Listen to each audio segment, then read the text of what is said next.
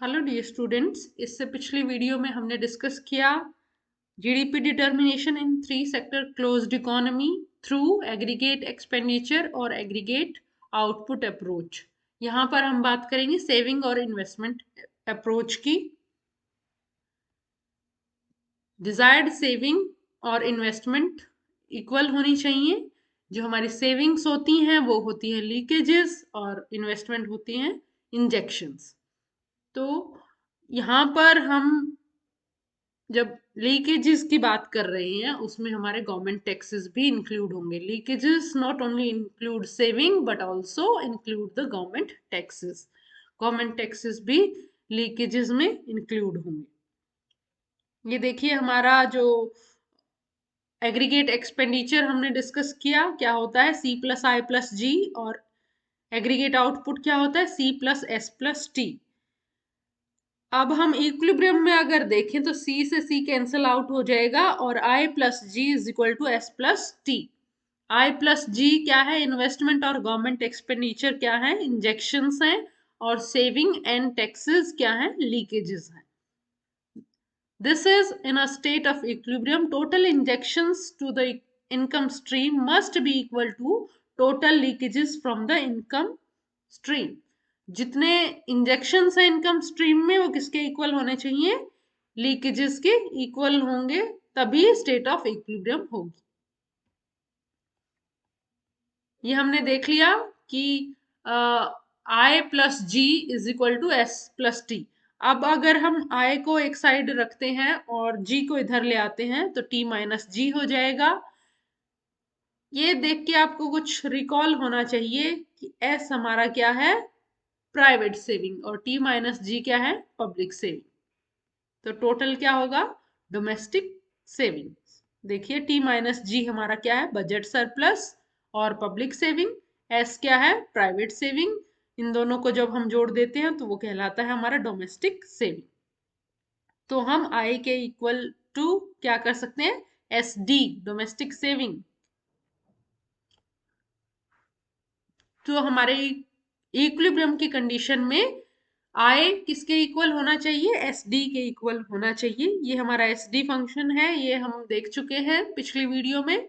GDP access x axis पर दिया हुआ है और domestic saving and investment Y axis पर है। जो हमारा डोमेस्टिक सेविंग फंक्शन होता है वो स्टार्टिंग में नेगेटिव होता है, फिर जीरो एंड देन पॉजिटिव। और जो इन्वेस्टमेंट होता है वो ऑटोनोमस इन्वेस्टमेंट होता है, वो कांस्टेंट रहता है जहां पर दोनों बराबर होंगे। ई पॉइंट पर दोनों बराबर हो रहे हैं तो वहां पर इक्विलिब्रियम जीडीपी डिटरमाइन हो रही है। 1500 जो हमने टेबल में भी देखा था, 1500 पर जो हमारा डिजायर्ड इन्वेस्टमेंट है वो डिजायर्ड सेविंग के इक्वल है। ये देखिए हमने एस डी लिया है यहाँ पर, डोमेस्टिक सेविंग। हमने private saving plus public saving दोनों को ऐड किया है और ये हमारा इन्वेस्टमेंट है। जहां पर दोनों इक्वल होंगे वहां पर इक्विलिब्रियम जीडीपी डिटरमाइन होगी। अब इक्वेशन की एस्टिमेशन देख लेते हैं। एग्रीगेट आउटपुट क्या होता है? C plus S plus T. C की वैल्यू क्या होगी? C कंजम्पशन फंक्शन होता है अल्फा प्लस बीटा वाई। ये सिंपल मॉडल की हम बात कर रहे हैं। यहाँ पर अगर हम कंजम्पशन फंक्शन की वैल्यू पुट कर देंगे तो ये हमारा बन जाएगा alpha plus beta Y plus S plus T. Further हम क्या करेंगे? S को एक तरफ कर लेंगे और बाकी वैल्यूज एक तरफ हो जाएंगी। ये हम सॉल्व कर लेंगे। S इज इक्वल टू हमारी ये वैल्यू आ जाती हैं। और हमें ये भी पता है कि इक्विलिब्रियम में क्या होगा? S plus T. जो हमारे लीकेजेस हैं वो किसके इक्वल होने चाहिए? इंजेक्शंस के इक्वल होने चाहिए। तो S के प्लेस पर हमने जो ये वैल्यू निकालनी है ये वैल्यू पुट कर देंगे S के प्लेस पर, और plus T is equal to I plus G. और इसको सॉल्व कर लेंगे। जो हमारा एग्रीगेट एक्सपेंडिचर और आउटपुट अप्रोच में आया था वही हमारा फॉर्मूला यहाँ पर आ जाता है। y is equal to alpha plus I plus G by 1 minus beta. अब अगर हम लमसम टैक्स को कंसिडर करते हैं तो हमारी डिस्पोजेबल इनकम क्या हो जाएगी? y minus T. पिछली वीडियो में हम देख चुके हैं। तो कंजम्पशन फंक्शन में क्या हो जाएगा? Alpha plus beta Y D disposable income लेनी है, वाई में से हमें टी माइनस करना है। तो पहले हम जो हमारा एग्रीगेट आउटपुट है वहां पर कंजम्पशन फंक्शन की वैल्यू पुट करेंगे, फिर एस की वैल्यू निकालेंगे, सेविंग कितनी है, ये हमारी सेविंग है। और फिर हम जो हमारा इक्विलिब्रियम की कंडीशन है S plus T is equal to I plus G, वहां पर एस की वैल्यू पुट करेंगे और उसको सॉल्व करेंगे। सेम हमारा पिछले वाला फॉर्मूला यहाँ पर आ जाता है, माइनस बीटा टी जो है यहाँ पर नॉर्मल मॉडल से हमारा चेंज है। तो ये सिंपल कैलकुलेशंस हैं, right hand side left hand side हमने क्या मूव करना है वो आप कर सकते हैं, इसको प्रैक्टिस करिए एक बार। फिर हमने जो दो अप्रोचेस की हैं वो दोनों अप्रोचेस एक ही रिजल्ट दिखाती हैं हमारी, जो एग्रीगेट एक्सपेंडिचर और आउटपुट वाली अप्रोच है ये डायग्राम हम पिछली वीडियो में डिस्कस कर चुके हैं। रियल जीडीपी एक्स एक्सिस पर है, वाई एक्सिस पर एग्रीगेट एक्सपेंडिचर है, जहां पर दोनों एग्रीगेट एक्सपेंडिचर और इनकम बराबर होते हैं। यहाँ पर ई पॉइंट पर बराबर होते हैं और हमारा GDP equilibrium GDP O Y star है। ये हमने एग्रीगेट एक्सपेंडिचर और एग्रीगेट आउटपुट अप्रोच के थ्रू देखा। और यहाँ पर अभी हमने डिस्कस किया कि ये हमारा सेविंग फंक्शन है, डोमेस्टिक सेविंग है, और ये इन्वेस्टमेंट है जहां पर दोनों बराबर होंगे। ओ वाई स्टार सेम जो हमारा इनकम इक्विलिब्रियम जीडीपी डिटरमाइन हुआ था एग्रीगेट एक्सपेंडिचर और एग्रीगेट आउटपुट अप्रोच के साथ, वही हमारा यहाँ पर डिटरमाइन हो रहा है। अब हमने ये देखना है कि जो ये इक्विलिब्रियम है वो दोनों में सेम है, और अगर डिसइक्विलिब्रियम है, अगर एग्रीगेट एक्सपेंडिचर ज्यादा है, जब हमारा OY1 इनकम लेवल है और एक डिसइक्विलिब्रियम OY2 के थ्रू दिखाया हुआ है, डिसइक्विलिब्रियम को कैसे एक्सप्लेन करेंगे, जैसे हम इसको ही कंसिडर कर लेते, सेम है यही हमारा ऊपर वाले सेक्शन में है। ये देखिए OY1 यहाँ पर क्या है, एग्रीगेट एक्सपेंडिचर ज्यादा है इस इनकम लेवल पर, इस इनकम लेवल पर एग्रीगेट एक्सपेंडिचर ज्यादा है और आउटपुट कम है, तो इसका क्या प्रभाव होगा, एक्सपेंशनरी प्रभाव होगा इसका। अब इनकम बढ़ेगी और फिर हमारा जो इक्विलिब्रियम है उतने लेवल पर आ जाएगी। और अगर इस पोर्शन की हम बात करें, OY2 इनकम लेवल पर एग्रीगेट एक्सपेंडिचर कम है और एग्रीगेट आउटपुट ज्यादा है, तो इसका क्या प्रभाव होगा, कॉन्ट्रैक्शनरी प्रभाव होगा, और हम वापस से इसी इक्विलिब्रियम लेवल पर आ जाएंगे। सेम यहाँ पर हम एक्सप्लेन कर सकते हैं, यहाँ पर इन्वेस्टमेंट ज्यादा है सेविंग से, तो क्या होगा, एक्सपेंशनरी प्रभाव होगा इसका, और हम इस लेवल पर आ जाएंगे। और अगर इधर की हम बात कर रहे हैं तो क्या होगा, यहाँ पर हमारी जो सेविंग है वो ज्यादा है, इन्वेस्टमेंट कम है, इन्वेस्टमेंट कम होने की वजह से कॉन्ट्रैक्शनरी प्रभाव होगा और हम वापस इस लेवल पर आ जाएंगे। तो ये चाहे हम किसी भी अप्रोच के साथ डिस्कस करें तो हमारा इक्विलिब्रियम जीडीपी दोनों में सेम होगा। फिर हम बात करेंगे कि अगर चेंजेस हैं, impact of changes in G and tax rate on equilibrium GDP, अगर हम गवर्नमेंट एक्सपेंडिचर में चेंज कर रहे हैं या टैक्स रेट में चेंज कर रहे हैं तो इक्विलिब्रियम जीडीपी पर क्या प्रभाव पड़ेगा वो देख लेते हैं। ये पहला डायग्राम है जब हम गवर्नमेंट एक्सपेंडिचर को इंक्रीज कर रहे हैं। ये देखिए स्टार्टिंग में है aggregate expenditure C plus I plus G, और फिर अगर गवर्नमेंट ने एक्सपेंडिचर में इंक्रीज कर दिया है तो हमारा AE1 ऊपर की तरफ शिफ्ट हो जाएगा और नया इक्विलिब्रियम E1 पॉइंट पर होगा।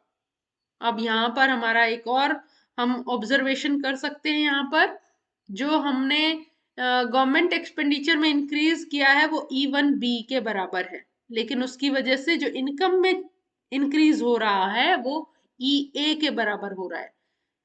दोबारा देखिए, E1B के बराबर जो है गवर्नमेंट ने एक्सपेंडिचर इंक्रीज किया है और उसकी वजह से मल्टीप्लायर इम्पैक्ट क्या होता है कि जो इनकम है वो EA के बराबर बढ़ रही है। तो कितने गुना ज्यादा बढ़ेगी, गुणक की वैल्यू हम निकाल सकते हैं 1/1 माइनस B से। और अगर एग्रीगेट एक्सपेंडिचर कम होता है तो वो ही हमारा रिवर्स मल्टीप्लायर प्रोसेस होगा और इतनी गुना इनकम जो है वो डिक्रीज हो जाएगी। फिर हमने बात करनी है कि टैक्स रेट में अगर चेंज है तो इक्विलिब्रियम जीडीपी पर क्या प्रभाव पड़ेगा।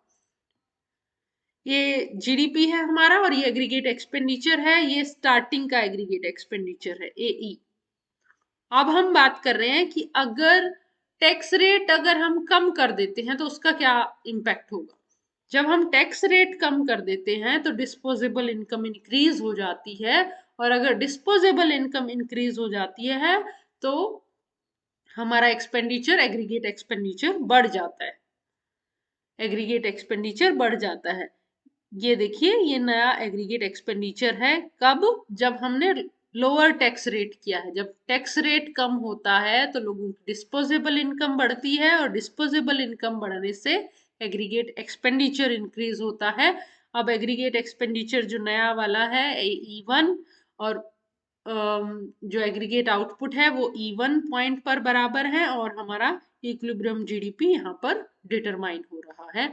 यहाँ पर जो एग्रीगेट एक्सपेंडिचर जो चेंज हुआ है उसकी स्लोप जो है वो ज्यादा है, AE1 की स्लोप ज्यादा है AE से। इस रीजन को हम समझेंगे ये नेक्स्ट पोर्शन में। ये देखिए यहाँ पर ये जो हमारा C फंक्शन है ये नॉर्मल है अल्फा प्लस बीटा वाई। यहाँ पर स्लोप क्या है, जो भी y के साथ वाली वैल्यू होती है वो हमारा स्लोप होता है बीटा। अब अगर लमसम टैक्स की बात करते हैं तो कंजम्पशन फंक्शन ये हो जाता है, क्योंकि हम y माइनस टी करते हैं तो यहाँ पर भी स्लोप क्या होगा, b माइनस बी, ये सॉरी माइनस बी नहीं, ये बीटा। यहाँ पर जो चेंज है वो माइनस बी टी है, स्लोप क्या होगा, बीटा। अब अगर प्रोपोर्शनेट टैक्स की बात करते हैं तो हमने क्या कहा था, डिस्पोजेबल इनकम निकालनी है तो y माइनस टी वाई, तो हमारा स्लोप क्या होगा, b into one minus T. जो y के साथ वाली वैल्यू होती है वो मैंने बताया स्लोप होती है, ये अल्फा इंटरसेप्ट होता है। तो यहाँ पर हम इस लॉजिक को एक्सप्लेन कर सकते हैं कि ये अगर स्लोप है, टैक्स रेट अगर हम रिड्यूस करने की बात कर रहे हैं, कम करने की बात कर रहे हैं, तो वन माइनस टी की वैल्यू इंक्रीज हो जाएगी। टैक्स रेट अगर कम हो रहा है तो वन माइनस टी की वैल्यू इंक्रीज हो जाएगी, इट मीन्स जो स्लोप है वो इंक्रीज हो जाएगा। अभी हमने डायग्राम में देखा कि स्लोप, जब हमने टैक्स रेट कम किया है तो स्लोप एग्रीगेट एक्सपेंडिचर का इंक्रीज हो रहा है। किस वजह से हो रहा है, ये लॉजिक आप देख चुके हैं कि वन माइनस टी की वैल्यू इंक्रीज हो जाती है टैक्स रेट कम होने से। तो ये हमने दो चेंजेस की बात की। अगर एग्रीगेट एक्सपेंडिचर में गवर्नमेंट एक्सपेंडिचर के थ्रू चेंज होता है या टैक्स रेट के थ्रू चेंज होता है तो इक्विलिब्रियम जीडीपी पर क्या प्रभाव पड़ेगा। अब गवर्नमेंट एक्सपेंडिचर मल्टीप्लायर का कॉन्सेप्ट और एक छोटा सा है वो भी देख लेते हैं। Government expenditure multiplier measures the change in real GDP as a result of change in government expenditure. Change in real GDP due to change in government expenditure, इसको कैसे दिखाएंगे, गवर्नमेंट एक्सपेंडिचर मल्टीप्लायर के जी, गवर्नमेंट एक्सपेंडिचर मल्टीप्लायर। अब हम अगर change in जी करते हैं, ये देखिए चेंज इन जी करते हैं, ये हमारा इक्विलिब्रियम जीडीपी डिटर्मिनेशन का फॉर्मूला है। अगर हम चेंज इन जी करते हैं, पहले हमने फॉर्मूला लिखा अपना जीडीपी डिटर्मिनेशन का, तो चेंज इन वाई करेंगे तो इस तरफ भी चेंजेस होंगे, लेफ्ट हैंड साइड अगर चेंज इन वाई कर दिया है हमने तो यहाँ पर भी चेंज इन दिस साइड। तो वो क्या होगा, अगर अल्फा और आई हमारे क्या है, ये सभी अल्फा और आई में चेंज क्या होगा, जीरो, क्योंकि ये कांस्टेंट है। तो चेंज किस में होगा, सिर्फ चेंज इन जी में। और अगर change in Y over change in G कर दिया हमने, जो हमारा क्या होता है गवर्नमेंट एक्सपेंडिचर मल्टीप्लायर, तो हमारी वैल्यू क्या आ जाएगी, one over one minus beta. ये देखिए आगे ये देखिए change in y by change in g is equal to 1/1 minus beta.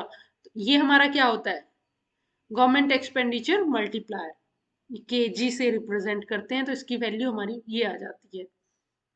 फिर अगर लमसम टैक्स का हम देख रहे हैं केस, तो हमारा फॉर्मूला ये वाला होता है, ये गवर्नमेंट टैक्स मल्टीप्लायर है, वो गवर्नमेंट एक्सपेंडिचर मल्टीप्लायर था। गवर्नमेंट टैक्स मल्टीप्लायर कैसे काम करेगा,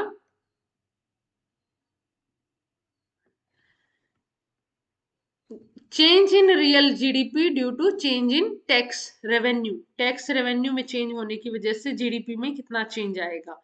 तो वाई का हमारा जो फॉर्मूला होता है जब हम लमसम टैक्स ले रहे हैं, तो हमारा फॉर्मूला आता है ये वाला।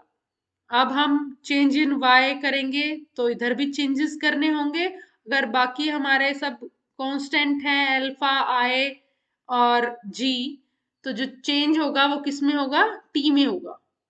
माइनस बी टी से चेंज होगी, यहाँ पर क्या हो जाएगा, minus B change in T, और 1/1 माइनस बीटा। अब हम ये चेंज इन टी अगर इधर लेफ्ट हैंड साइड ले आएंगे तो ये हमारा रिमेनिंग होगा -β/1 माइनस बीटा। ये हमारा क्या है, टैक्स रेवेन्यू मल्टीप्लायर के टी। इसकी वैल्यू क्या आई, -β/1 minus B, government tax multiplier है ये हमारा। फिर हमने एक बैलेंस बजट मल्टीप्लायर का कॉन्सेप्ट करना है। जब जो गवर्नमेंट एक्सपेंडिचर कर रही है उसको फाइनेंस कर रही है टैक्स रेवेन्यू से, जो गवर्नमेंट एक्सपेंडिचर कर रही है वो किससे कर रही है, जो बढ़ा हुआ टैक्स रेवेन्यू है उससे। तो हमारा वैल्यू जो है मल्टीप्लायर की वैल्यू क्या आएगी, 1 आएगी। ये देखिए balanced budget multiplier, change in real GDP due to change in balanced budget expenditure. Balanced budget expenditure में हम क्या करेंगे, K G plus K T, जो गवर्नमेंट एक्सपेंडिचर मल्टीप्लायर है और टैक्स मल्टीप्लायर है, टैक्स रेवेन्यू मल्टीप्लायर है, उन दोनों को प्लस कर देंगे। ये हमारा है, और जो हमारे फॉर्मूला में वैल्यूज आई थी उनको अगर हम प्लस कर रहे हैं तो वैल्यू क्या आएगी बैलेंस्ड बजट मल्टीप्लायर की, ये हमारी के जी की वैल्यू आई थी, ये के टी की वैल्यू आई थी। इन दोनों को अगर यहाँ रख के सॉल्व करते हैं तो हमारी वैल्यू क्या आती है, 1 के बी एम, जो बैलेंस्ड बजट मल्टीप्लायर है, बैलेंस्ड बजट मल्टीप्लायर है जो हमारा, उसकी वैल्यू क्या आ रही है, यूनिटी। इसको हम इस प्रकार से कंक्लूड कर सकते हैं कि अगर जो गवर्नमेंट एक्सपेंडिचर इंक्रीज कर रही है वो किससे फाइनेंस हो रहा है, वो बढ़ी हुई टैक्स रेवेन्यू से फाइनेंस हो रहा है, तो हमारा जो इनकम में इंक्रीज होगा, जितना एक्सपेंडिचर में इंक्रीज हुआ उसके बराबर होगा, क्योंकि गुणक की वैल्यू 1 है। Thus, in a situation when government plans an additional expenditure of ₹100, financing it through taxation, जो गवर्नमेंट एक्सपेंडिचर में इंक्रीज कर रही है, कहाँ से फाइनेंस कर रही है, टैक्सेशन से फाइनेंस कर रही है, तो increase in real GDP is equal to ₹100। तो जितना इन्वेस्टमेंट किया है या ये जो एडिशनल एक्सपेंडिचर किया है, जीडीपी में चेंज भी उतना ही होगा, क्योंकि हमारे बैलेंस्ड बजट मल्टीप्लायर की वैल्यू 1 होती है। तो ये आपका कॉन्सेप्ट है, पूरा चैप्टर है जीडीपी डिटर्मिनेशन का इन 3 सेक्टर क्लोज्ड इकोनॉमी। उसमें हमने aggregate expenditure, aggregate output approach के साथ जीडीपी डिटर्मिनेशन देखा है, और सेविंग और इन्वेस्टमेंट अप्रोच के साथ जीडीपी डिटर्मिनेशन देखा है। फिर हमने चेंजेस की बात की है, गवर्नमेंट एक्सपेंडिचर में चेंज और टैक्स रेट में चेंज किस प्रकार से प्रभावित करेंगे।